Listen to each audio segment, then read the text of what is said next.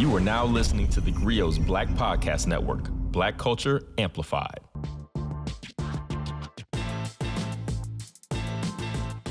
What's going on, everybody? Welcome to Dear Culture, the podcast for and about the culture here at theGrio Black Podcast Network. I'm your host, Panama Jackson, and today we have a guest who has a book coming out that I'm very excited for people to hear about, very excited for people to see and get their hands on. Our guest today is the editor-in-chief of The Gumbo, and I want to make sure I get this right, a hip-hop social club and media platform for and by Black women. She's a writer and the author now of a book called First Things First, Hip-Hop Ladies Who Changed the Game. Welcome to Dear Culture, Nadirah Simmons. Hey, I'm excited to be here. Also, I love your background. Whenever I watch the episodes, I'm like, Panama has a good setup. I'm not home, but I'm like, I need to get something like that at home. Appreciate it. If you can't even pan up just because of where I'm sitting, but I have like a picture of the 5 Heartbeats back there, Biggie, James Baldwin. I got all kind of other stuff. You have a book coming out. I do. Which seems part memoir, part informational, part joy, part like it's all these different things. I love that. It's The Gumbo. Yeah. I mean, funny enough, like your site is called The Gumbo. So, tell us about what inspired you to write First Things First, Hip-Hop Ladies Who Changed the Game. I'm such a big fan of history. I love knowing things. I love learning things. I also love teaching people things. So one of the reasons behind starting The Gumbo is I really wanted there to be an archive and a place where people could go to find information about women in hip hop as a whole that they might not have heard of or that they might not know about. And when the opportunity came to write a book, I was like, you know what? I'm going to take this idea first, not to rank anyone or try to say who is the best or who is the most important, but to really give people a foundation for understanding the lineage through which we've gotten to this point. Who are the women responsible in the fashion game kind of for what we have today? Who are the women who have, paved the way in TV and film and, have set the foundation for what we have today? And all of those things within hip hop and how they really have an impact on, what we're seeing now. Yeah. How did you decide to structure this book? And the reason I'm asking is for 2 reasons. One, it's written. So you have like a short essay in each one of where you explain, why you are writing about the particular individual, like let's say April Walker from Walker Wear. Because it's broken up into TV, film, fashion, music, print, so it's fascinating because like you said, it's not like these firsts, like ranking people, but like these first people to do these certain things. But it's not like a traditional book. It gives me a lot of Shea Serrano. I love Shea. like hip hop and other things, or basketball and other things, I love Shea. I'm a huge fan. That's why I enjoyed the way this book is structured, because Thank you. It's like, well, here's my thoughts, but here's these other things about my thoughts, and here are these other things about these other things about my thoughts. So like, how did you decide to structure, like when did you decide, I'm going to do the book this way, and how did you get to that point? Yeah, I definitely think in the beginning, as I was writing the book, and my editor can attest to this, I was very anxious because I was trying to fit every single piece of information about every woman ever into the book. And it got to the point where, one, that's literally not possible. My editor had to be like, Nadirah, shout out to Sean Desmond. He's like, that's not going to work. He's like, also, at some point, this book is going to go to print and something's going to happen. He's like, something can happen the day after, which lots of stuff literally did. He's like, and you're going to have to live with and be comfortable with the fact that, hey, this book is what it is and you're not going to include everything. So once I kind of got out of that phase that I was in for like the first 2-3 months, I was really able to just write from a place of joy, and writing from that place and being inspired by Shea, and also knowing that a lot of my memories of hip hop are connected to very specific and, personal moments, and also knowing a lot of the things that I remember about history and about the world are connected to more personal moments. Or maybe if I learned something in class at Rutgers, or, I'm from Jersey, riding around New Jersey with my grandfather, and like him pointing out all these important places. So thinking about that and knowing the way that I connect with and remember information, I was like, I want to make this a little bit more fun. I don't want someone to feel like they're reading a Wikipedia page. And also to that point, how can I offer a different perspective than what's already out there? Because a lot of these women in this book, you can find stuff on, and you can get kind of a little bit of an idea of what they've done, or even a bio. But I didn't want to just run down kind of the same information. I wanted people to look at the information in a different way and really feel inspired by what they've done and have a little laugh along the way. I love having fun. So I was like, we got hip hop is fun. There's so much that comes with it that can be very upsetting and not fun. And for me, I wanted to celebrate that joy. So let me ask, before you get to the book, what's Yeah. your like relationship to hip hop? Like I see in the book, your parents were hip hop heads, or they Yes. into music. Your father was into hip hop fashion. You're like kind of born into it. So Yeah. I see your first album you bought was Brandy's Aphrodisiac. So I still remember the first album the first CD that I got too. But so Yeah. what is like? Where do you come into hip hop? Like how do you view yourself in the hip hop landscape, so to speak?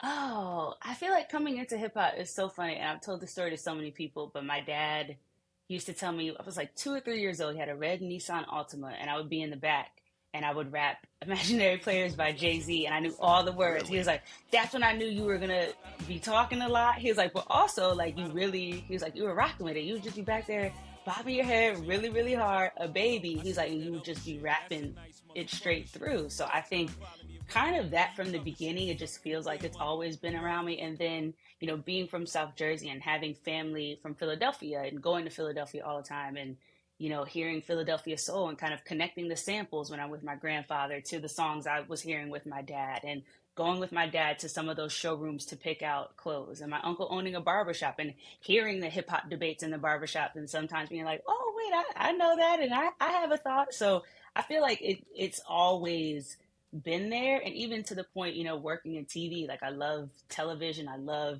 late night, I love seeing the different performances. I also, my mom would do my hair on Sundays, we would watch Living Single. Like Queen Latifah, to me, my initial introduction, even though I knew she was a rapper and I would listen to her with my parents, when I was consuming her, that was Khadijah, and that was her in all of these movies. So it was just so much that I feel like has always been connected. And that's why I wanted to write the book in that way, is to show all of those different segments, because it's not just the music. When I say not just the music, it's not to diminish it, because I love the music. There's just so much that makes hip hop what it is. And I feel like that's really a true representation of all of me.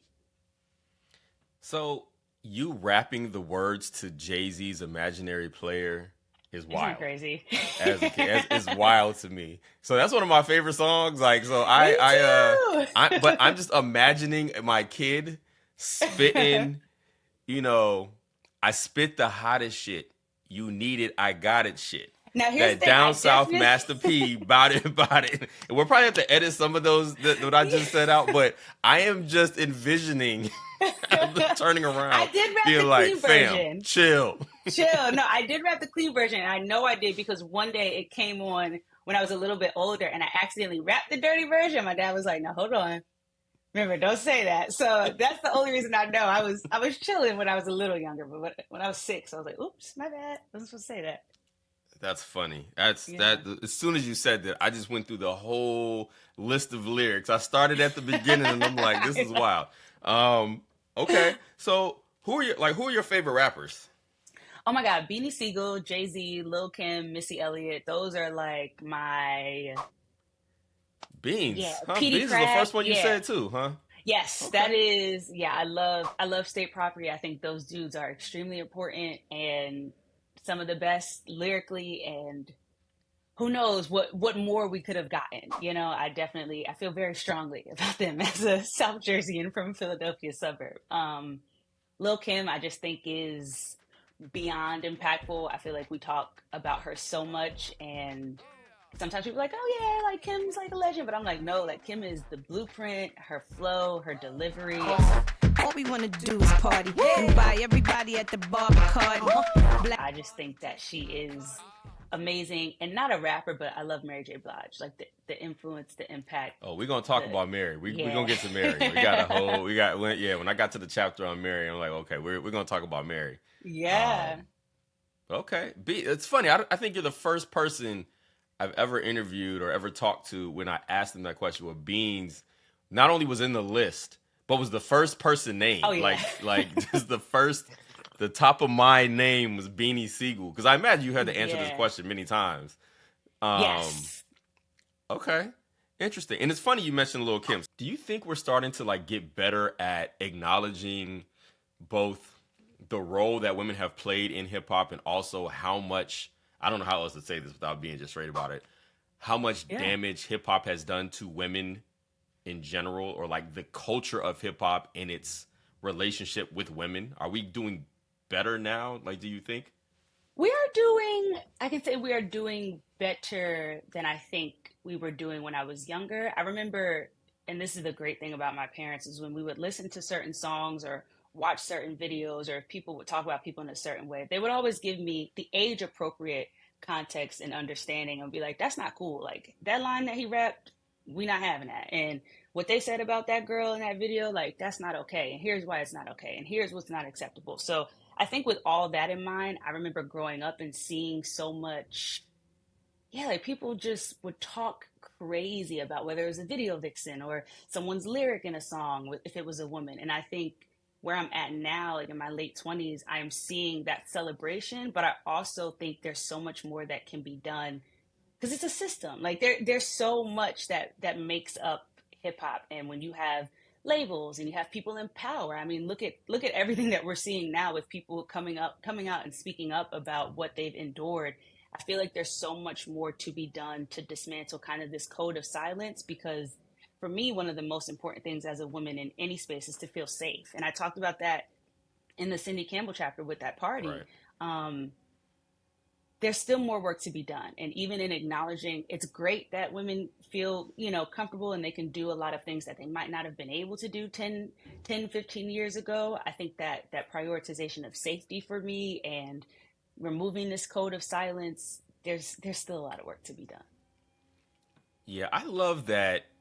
Like, social media, for all of its faults, also is great for the amplification, like it giving everybody a voice. And it's made it so that all of these women in particular who have these stories to tell get an opportunity to tell them. Yes. Now, obviously, there are people who, like Drew Dixon, probably doesn't feel like her story was able to get out there the way that she wanted it to. The powers that be were definitely pushing against her being able to do that. But it's much more difficult to stop that stuff from getting out nowadays, right? Like, if you are somebody for whom hip hop has done damage for you, you can speak on that, and there's an audience for that. Just like you can speak about the wonderful things that have happened because of it, or all these other things. Kind of a double-edged sword to some degree, which actually, I'm going to go ahead and ask this question. Hit me. I'm gonna go ahead and ask this question because this speaks to like the Lil Kim of it all. Huge Lil Kim fan, right? Like, I had hardcore, like I was a teenage boy. Love Lil Kim. Think Biggie's the greatest rapper of all time, kind of thing. So I wonder if because of social media now, and I'm gonna make this strange, not parallel, but strange tangent to Sexy Red, right? So. Love Sexy Red. I'm glad because that's going to make this an interesting convo point.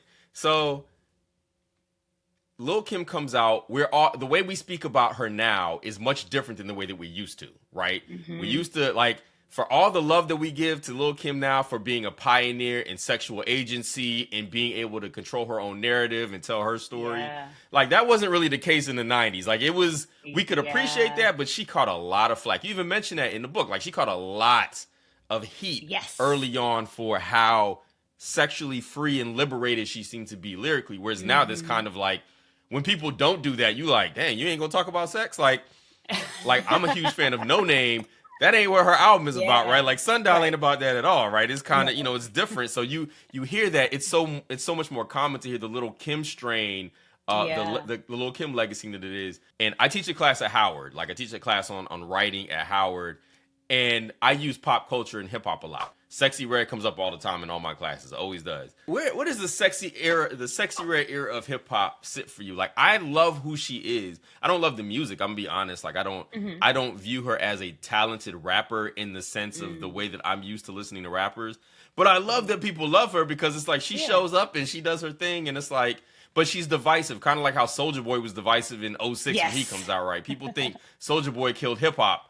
Now people always look for scapegoats. Now it's like Sexy Red. Like, what is this trash out here that you hear people talking about? Like, all my eyes be broke. I got more money than a brink. I know I'm the shit and I don't give a fuck what you think. Like, how do we reconcile those two? That space of like like a Sexy Red having so much space in hip hop at this point, to the point that she's as big of a conversation as like the Nickies and Megans now. Yeah. It is very difficult. I love Sexy Red. I follow her on Instagram, and I talk to my friends about this a lot when I go through her comments and I see the stuff that people say. It makes my blood boil in a different kind of way. And I try not to let the internet get me annoyed, because I'm like, it's not real. It's real, but it's not. Like, just close out this app. The one thing I think has to be done, I don't know how, but I think there needs to be a little bit more of, I don't want to say camaraderie, because everyone is, I know people beef, but there is a lot of support, I would say, across the line. If, you'll see like a Young Miami, like listening to a Sexy Red on her story. But I really, again, back to those systems, and I don't know what it would take, but just support, even if it's not music that you love, which again, I love Sexy Red. I think Shake Your Dreads is such a great song. It's great when you're out and you hear it. But I think a lot of times people feel like they can talk about, or say things to these particular people because they don't feel like they are protected. Back to that point of protection. It's like, I can do whatever. And you see, once someone gets like a Nicki cosign, or if they get, the big, the GOAT male rapper cosign, whoever it is, then it's kind of like, oh, like we're gonna ease up a little bit and not say as much. Which, I mean, sometimes even in the case of Megan, I'm like, dang, y'all are still going. But I think it's kind of yeah. I think it's in that line of support, because when I think about, and even when you brought up Lil Kim, I remember talking to my parents, like, she's great. And they were like, people were not rocking with that at first. Like, that's how I had the context for that. Now I was able to go and research after the fact. But when I would be flipping through those like hardcore books and flipping through Il Nana and all of that in the house, and, I would show my parents like, hey, like, who's this person? I'm going through the liner notes. Like, what's this? And they gave me context for understanding that people were not rocking with, as a whole, what she was doing. And what I don't want to happen, and it's not revisionist, it's not ahistorical, or maybe it is, but we kind of get to this point where, back to that social media now, 10, 15, 20 years later, we want to post her in this outfit and say, oh, like, she broke the mold. I really want there to be context for who these women are, what they contributed, whether you like it or not, and space for them to speak and to share their voice. I always bring up Lil Kim on Rolanda Watts' show, and just seeing her sit there, and everybody's coming at her, with the exception of like one or two people in the audience, and she took it.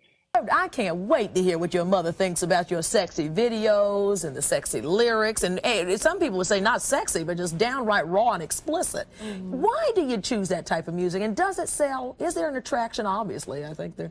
Well, it's not that it was like it was chosen for me, but it was just something that, I knew how to do, and I wrote about it from my past life. And because, and I love her so much, I get emotional talking about her, but because she took that, there's so much that women in hip hop today are able to do that they don't even realize sometimes, I think, is because of a lot of what Lil Kim took. And when I say that, I mean, I just want there to be the space for more women to be heard and to be listened to, because people should be allowed to rap whatever they want. If that is their music, if that is their vibe, if that is their style, cool. If you don't like it, that's also cool. But making sure that they're safe and protected, so that now no one feels like, well, she raps about sex too much, so I'm going to go in her comments, I'm going to talk about her crazy, or I'm going to dox her, I'm going to do this. Like, people do some crazy stuff, and I think we really have to figure out, and I truly don't know what that is. I rack my brain about that a lot when I see people talking crazy about her or any other woman. I'm like, how can we just make sure they're not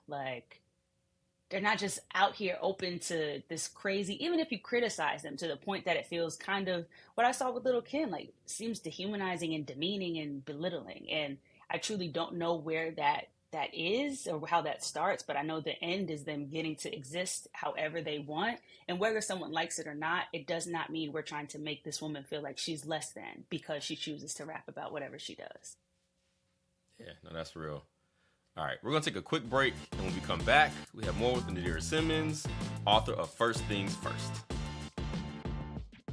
The 80s gave us unforgettable songs from Bob Marley, De La Soul, and Public Enemy. I'm a black man, and I can never be a veteran. Being Black the 80s is a podcast docuseries hosted by me, Torre, looking at the most important issues of the 80s through the songs of the decade. A decade when crack kingpins controlled the streets, but lost their humanity. You couldn't be like no soft, smiling, happy-go-lucky drug dealer. You had to suppress that. It was a time when disco was part of gay liberation. It provided the information to counter narratives that were given to gay people by the straight world. This is the funkiest history class you'll ever take. Join me, Touré, for Being Black the 80s on the Grio Black Podcast Network or wherever you listen to podcasts. All right, we're back here on Dear Culture. I'm here with Nadirah Simmons, author of First Things First. Hip Hop Ladies Who Changed the Game, which is a fun, interesting book about not ranked first, just women in hip hop who were the first thing to do X, Y, Z.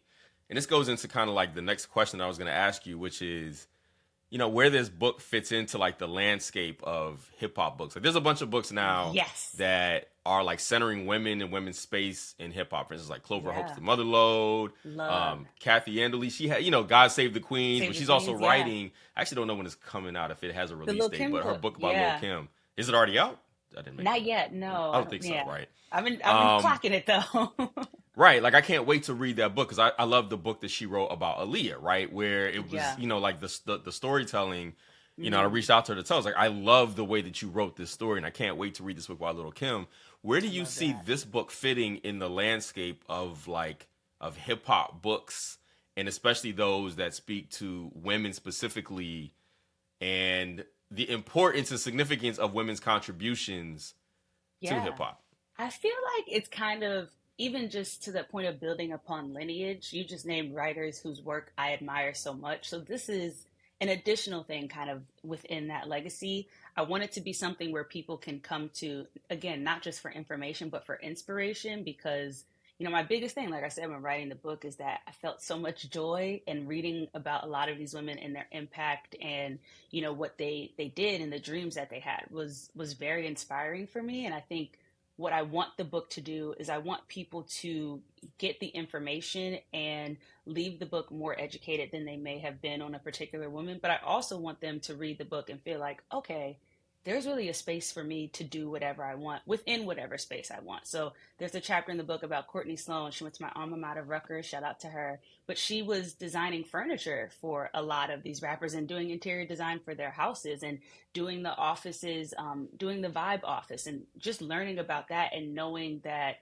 there really is a lane and a place for you anywhere, and particularly with women, especially because we're seeing so much more celebration of women, but there's, of course, still more that can be done. And just knowing that their legacies are being highlighted, I want that to be what people get from it. I want you to read this and say, dang, I really learned something new that I had no idea about. And also, because I learned that, I feel like I can do whatever it is I want to do in whatever space. Who's this book for? This book is for anyone who wants to learn more about women in hip hop. And I know that sounds super generic, but a lot of times, and I'm an internet kid. I've grown up on the internet, but a lot of times you'll see people like tweet pictures of these women. They're like, oh, today is the 25th anniversary, and it's just a photo. And oh, like, look at this outfit, and this rapper's wearing the same outfit. And it's great. You get great engagement. You get retweets. You get likes. People are like, oh, this is awesome.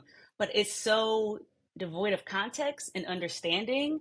And I want this book to really fill that gap for people, because sometimes we see information, but again, we're not really processing and understanding information. So I want it to be for those people who really want to learn more and also want to be inspired by, again, all that women have done in hip hop, but really want people to learn. Because sometimes it's like, oh, quick fact, quick photo, quick clipping of this. And I'm like, oh, we need more context for these things. You know, how did you decide how you were going to write about every person that you wanted to write about? Was it them, or was it the story and then it would happen to be about them? I read a lot of books, a lot of articles, and watched a lot of documentaries. So I would go to my childhood library every day, and I would spend like days kind of at the beginning of the week just watching things and reading things and checking out different books. And I would just sit there, I'd take a break for lunch or go to the bathroom, whatever.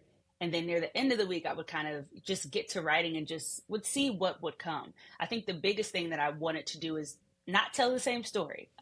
There are so many great books out there that tell stories about women in hip hop in a great way, and they've already done the work. And for me, I'm like, how can I contribute to the conversation in a way that hasn't already been done? So when I'm researching and reading about these women, I'm looking at the different stories or, different moments that haven't really been pulled out, or just it's never really made all about this one thing. And yes, Missy, we talk about, the future, Afrofuturism, and with Kim, we talk about the fashion, and those things are so grand that I'm like, okay, this has to be a part of it. But how can I take those stories, and how can I take those, those pieces of information and deliver them to you in a way that you may not have experienced before? So whether I'm breaking down the Missy stuff in a particular way, or I'm structuring the chapter like it's a class, and like you are in college, Right. and I'm giving you a syllabus on the inside and giving you kind of reference points for what you should get. Lil Kim was so hard because, again, I love her. I think she's so amazing. She's a pioneer. I can't say it enough. How can I talk about her? We've talked about her fashion and her impact in so many ways.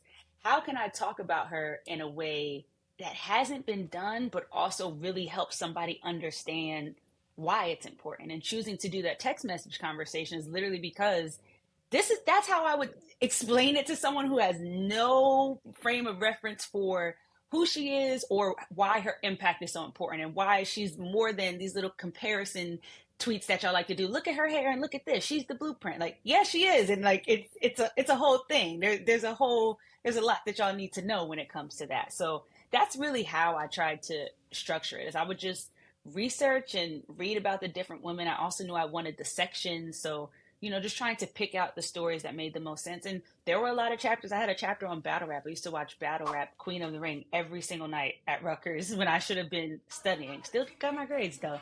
But that chapter wasn't making sense, and it wasn't coming out well because I wasn't writing about it in a way that felt new and authentic and entertaining and interesting. It just felt like, all right, I'm giving this rundown of women in battle rap, and now it's 20 pages and I still don't feel like I pulled the person in. I just feel like I'm just telling you a lot. So that's really what I wanted to do with all of those chapters, but it was hard. But yeah, there's this entire text thread that you have in here that you created about explaining Lil Kim as the blueprint for like modern women in rap. Like, I'm looking at it right now. It's, Yeah. if I tell you she's the blueprint for the modern woman in rap, do you feel like that's accurate?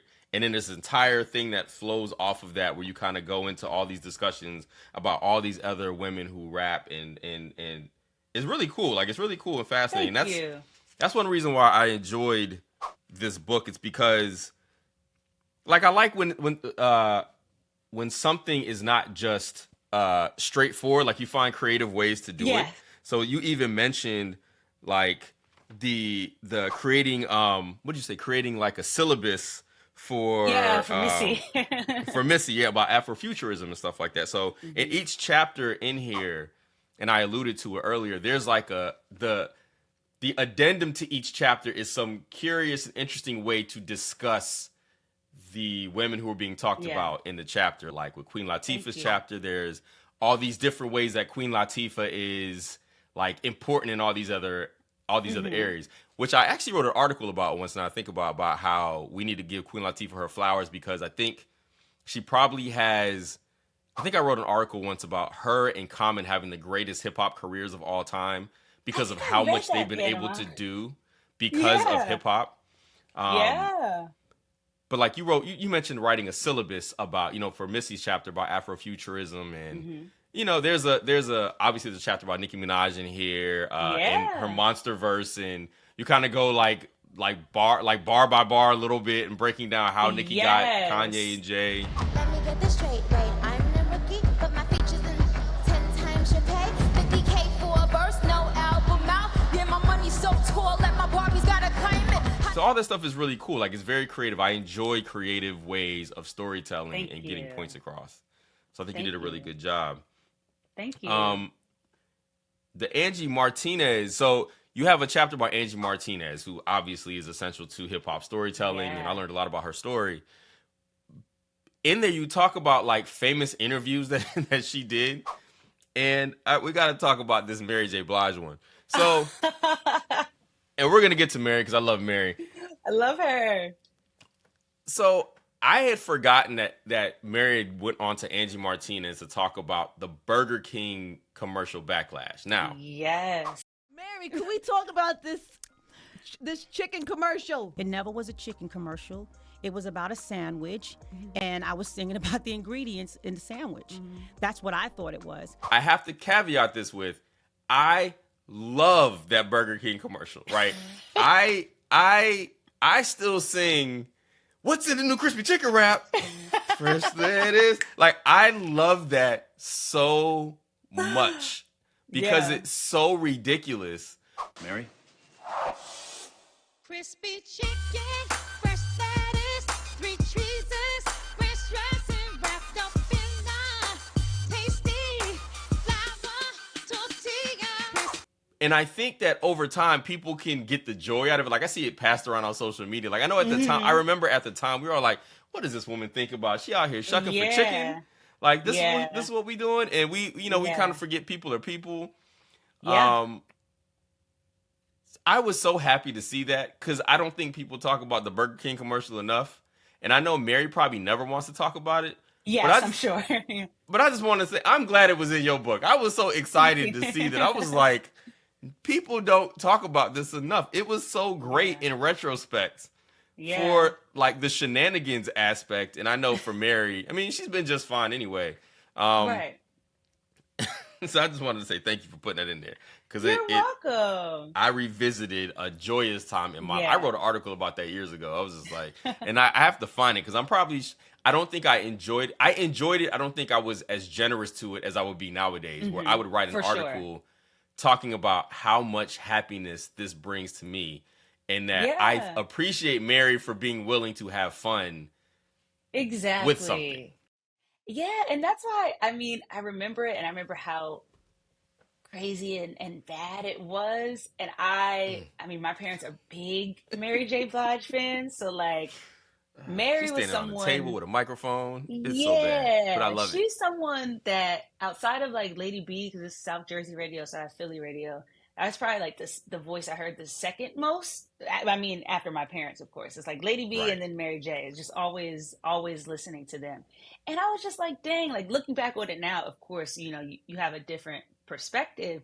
I'm just like, Mary has literally poured out her soul on this music for so long. And just like the idea of grace and the safety that I think Angie gave her. There's nobody else that probably would have gotten her to come up anywhere and feel comfortable talking about it. And that just made me like their sisterhood that they have. I'm like, this is something I want to highlight, even in the midst of that moment that everyone was like, oh, I don't know what's going on. Like, I love that element of sisterhood in that story. And just a testament to Angie being so great is who else is going to get that conversation and get it to be as real and get Mary to be as real and honest and authentic. Like, she really just laid it all out there in a way that it's rare to see her do. So I really appreciated that. What was your favorite chapter to write? Do you have one? Oh my gosh. I feel like it changes every single day. I think the Big Les one is one of my favorites because I just loved reading about her, learning about her. I love the crossword puzzle at the end. So that is really fun. Mary was also one of my favorites because she's another one of my goats. So I love Mary so much. That was a really fun one to write. The Roxanne Shantae chapter, that was my favorite one to write just because I got to kind of give the understanding for the Roxanne biopic and, you know, how that's the first of its kind and how important it is. But then to throw in these women that you might not know about and just make like these, not fake, let's hope somebody wants to make them real, but to really give you like, hey, this is a story that also could be told and should be told about, you know, Mercedes ladies and all these different women you don't know about. So that was a really fun one to do because I got to still teach and, you know, introduce people to different women, but also really historicize it in a way that was really fun. Yeah, one thing I want to commend you for in this book as well is that I don't know if it's in every single chapter, so my memory might be failing me, but in almost every chapter that I can remember like vividly at this point, while you're talking about these things, there's like a callback to some essay or podcast. So it's like there's like some academic, here's why this is important, but it calls back to something, right? Like, I know you mentioned like NPR's Louder Than a Riot podcast, Sid Madden, shout out to them. there's all of this, like, here's what's going on, here's how it was taken, why it was taken seriously, why it's important, and all of that. And like, even in the married chapter, I know you talk, like, the Treva Lindsay had an article, an essay about hip hop, about Mary J. Blige and hip hop soul. So I can appreciate that. Like, it's not just here's my thoughts on this. Here's context, the bigger picture thing, and I think that's commendable in terms of people getting something out of it, because there's more things to go take a look at too. You're like, oh, well, this is interesting. I gotta ask about every Mary conversation. You have like a playlist of Mary J songs in here. What's Mary's best album? You said it with a straight face too. Oh my gosh. Yeah, I got Mary hot takes all day long. But her best. See, I don't want to end up saying what my favorite is. I mean, maybe to you, her best is your favorite. Okay, My Life is just yeah. I mean, I think that's probably the standard answer to but that's if people don't say My Life, you're like, huh, My Life is not it for you, huh? Like, why? Like, why is it not? I gotta be honest. I'm one of them people who, like, what's the 411 My Life, Share My World is kind of like my triumvirate of albums. Okay, like, same. I've written about I'm just in those a different three. order. Yeah. I don't even know how many albums. I can't even name most of the albums after that point. Not that I don't enjoy Mary. It's just that those albums are so significant in my personal life. Like, Share My World comes out in 97 when I turned 18 in 97. Like, that album still resonates so much with me, and My Life is My Life. Obviously, every young lady I knew at that time just swore that My Life was the album, even though nobody had experienced none of the stuff she was talking about at that point. We're all early teens, but briefly, tell me about the cover for this for this book. I think we wanted to. So shout out to Monet, Alyssa. She did the cover art. My team found. I knew I really wanted to have a Black woman do the cover art for the book. So when you look at the book, I really wanted to highlight the different women in a way that reflects their chapters, but also they're really colorful and bright. And I think 12, my publishers, they were so good about making sure.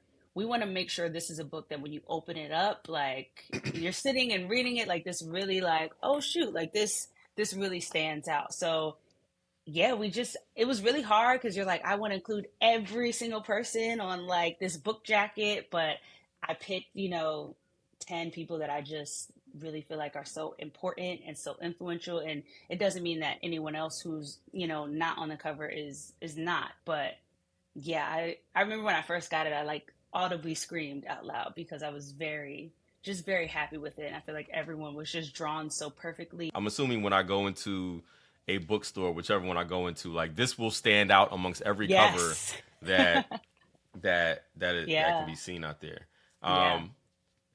All right, we're gonna take one more break. When we come back, we're gonna do some of my favorite segments here at Dear Culture, so stay tuned.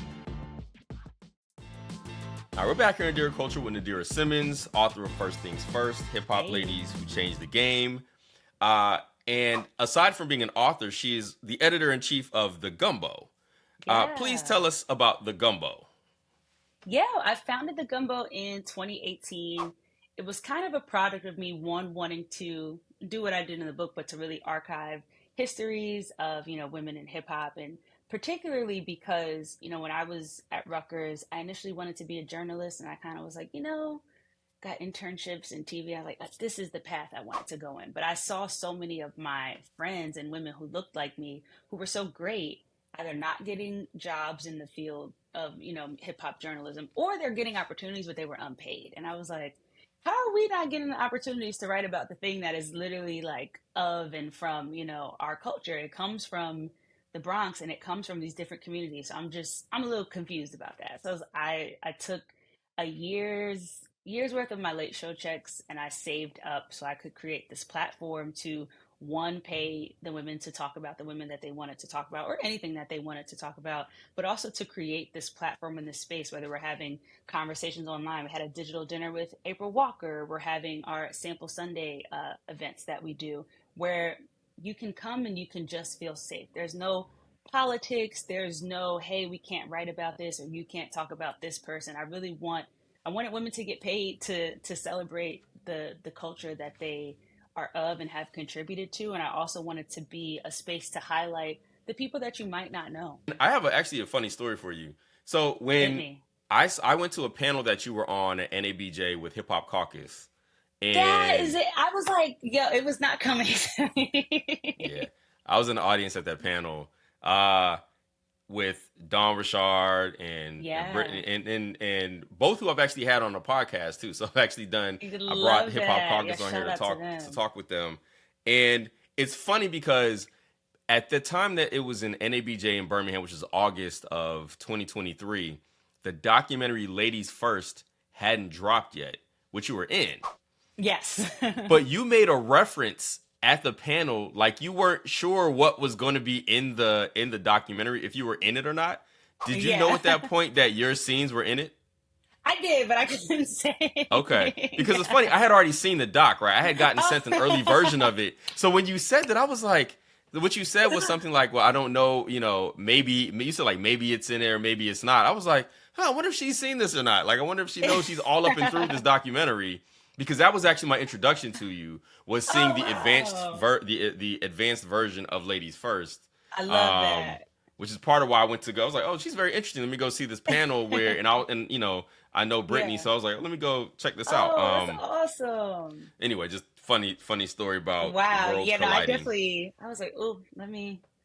Now we're going to do some of my favorite segments here at Dear Culture. So we ask every one of our guests to do a black fashion, which is a confession about your blackness. Something people might be surprised to know about you because you are black. Do you have a black fashion? I do. I have two. I don't know if you'll be surprised. Okay. The first one is I am a very big Steely Dan fan. Like, die hard. But I also feel like a lot of black people love Steely Dan. So I don't know if that's one. Yeah. So that's one. And my second one is I've seen every episode of Matlock. That's like my favorite show. So I love Matlock. I was one of those people who watched, like, I think it was like In the Heat of the Night would come on before Matlock. So I was like, in my mind, they arrest him on In the Heat of the Night, and then Matlock puts him in jail, and they do this. Is it? But okay. Yeah. But I think that's In the Heat of the Night, Murder, She Wrote. Oh, what's the one? Diagnosis Murder. Like, I love all of those. That's my bag of TV shows. Okay. So the Steely Dan one, so because of hip hop, I know Steely Dan really well, right? Because of all the songs that have sampled Steely Dan songs. Like, one of my favorite songs by De La Soul is I Know, which samples Steely Dan's Peg. So, from there, Steely Dan could do no wrong. Yeah. I just found out recently, though, I don't know if you know this, maybe you do, maybe you don't, but for those that don't know, that the two members of Steely Dan were originally in a group with Chevy Chase when they all went to college together at Bard College, but Chevy Chase got kicked out of school and went to be successful. The other two members formed Steely Dan. So I guess I have to fact check that. I saw a video about this recently, and I was like, what? Yeah, wow. Oh my gosh. I'm gonna have to fact check that on Wikipedia. But yeah. So to counteract our black fashions, we also do black recommendations, which is a recommendation about something by, for, and about black people. Do you have a black recommendation for me? Yes. I mean, the easiest one is the book by, for, by, and about black people. So yes, first things first, Hip Hop Ladies Who Changed the Game. Please go wherever you like to buy your books, cop that, support. But I also want people to support their either local libraries. I know they're not for, by, and about, they're not. That's all right. There's a lot of people. Black people reading works for me. Yes. I really want people to go to their local libraries and support their local libraries because there are just so many books in there filled with so much knowledge by us and about us. And I think sometimes we kind of forget that those libraries exist. I love the library guy online who's been going viral and telling people to get their library cards. But the amount of knowledge that I've gotten about myself and about my people from those weekly library trips that my mother took me on, I just go to your local library and pull something out. If there's an indie bookstore that's Black owned, please go and support them, because we need these places and we need these hard copies of knowledge, because we want to get into digital space, which is great. If you want to get the audiobook, ebook, I support that too. I just love that we can have physical like pieces of knowledge. And when it comes to us, I know, and we know far too often that if no one talks about us or writes about us, our history gets completely like it's hard for me to figure out where my family comes from or trace myself back past a certain point, because stuff is not documented, stuff is not recorded. So when we are writing and recording things, please go check them out, go buy the book, just really support that stuff, because if we don't, I just don't want us to get to a space. We're seeing so many journalism companies and so many entities lay people off, and, you know, writers not having the capacity or the ability to write. And I don't want us to lose, our books. I feel very strongly about that. Yeah, that's real. Yeah. I like that. That's real. Thank you. Thank you for being here. Thank you for talking to us about the book. Thank you. Thank you for writing the book. I'm Thank a big you. fan of books about hip hop. Like I have tons. Like anything about hip hop that comes out, I typically get. Thank just you. because. I'm a hip hop head, right? Like I'm one of them people who hip hop raised me type people, and you know, especially because I'm from down south, so it was a little different from you all up north, right? Like it was the entryways and the trying to get the info was a little different. Like I didn't grow up with block parties around. Like we kind of had to be more intentional and active to get into it. So I'm always appreciative of anything that speaks to the history of hip hop. Like I romanticize New York in the 90s, right? I romanticize all that stuff, right? So yeah, I mean, it's easy to do, right? It just seems like this magical time where like everybody was rapping on corners and all of a sudden, it just, you know, whatever. So tell people where they can find more about you, find you on social media, when they can get the book, where, like, break it down. Yes, so you can find me on Instagram and Twitter. I know it's X, but like nobody is calling it that. So you can find me on Instagram and Twitter at Hi Nadirah. So it's HINADIRAH, and tweet me. I'm usually very responsive on there, even though Twitter is changing. I don't know what's happening over there. But yes, you can definitely find me on there, or on my website, HiNadirah.com. Send me a little email, and I'm always good about being on my emails. You can get the book, again, wherever you like to purchase your book. So if you want to go to Barnes & Noble, you can get it. There's an independent bookstore near you that you want to support. I'm always for that, so please go there. But wherever you usually get your books, first things first, you'll be able to order it. Please support, and thank you for having me. I have literally listened to the show. I love the episode with Preston from oh my God, what is the Martha's Vineyard? When is it coming back on Bravo? Martha's from Vineyard. Summer House. Yep. Yeah, that was such a great conversation, because I go to Oak Bluffs every summer, and I don't think I saw them last summer. I don't think they were there yet, but just seeing the conversations around them, I'm like, they're just in the house like vibing. Like what is the problem? Like they're really not doing anything, and there's no way to really do anything crazy on that. Yeah, so I love that episode. Thank you very much for that. Yeah, that was a good conversation. Preston's a good dude. It was good. Known him for a while, but that convo was interesting. And especially I don't go to Oak Bluff every summer, but having been up there and spent time up there several times, and like thinking about that, where they are, and then thinking about the conversations happening, is like, yo, this show was so contained to that house. Literally. Like it wasn't like they were destroying, running through the streets, and so Not it was at all. so interesting. It was such an interesting, Yeah, tell the board in Oak Bluffs to. It seems like they've chilled, but like relax, like it's fine. Relax. Nobody's Well, stomping on Dorothy West's house. Speaking of Dorothy West, the Griot Black Podcast Network is about to drop its first scripted audio drama, and it's about none other than Dorothy West. It's a 6-part drama called Harlem and Moscow, and it's a true story about the Harlem Renaissance in the Soviet Union. And Dorothy West was on that historic trip. It's an amazing story and a part of Black history most people just don't know. In addition to the play, we have the official companion podcast, Harlem and Moscow Red Flags, and I'm one of the hosts, where a bunch of us discuss everything that happened in the play. And listen to me, it is a lot. So don't miss Harlem and Moscow and the companion podcast, Harlem and Moscow Red Flags, premiering March 28th. Listen here or wherever you get your podcasts. And thank you to everybody for listening to Dear Culture, which is an original podcast of the theGrio Black Podcast Network. It is produced by Sasha Armstrong, edited by Jeff Trudeau, and Regina Griffin is our director of podcasts. Again, my name is Panama Jackson. Thank you for listening. Have a black one.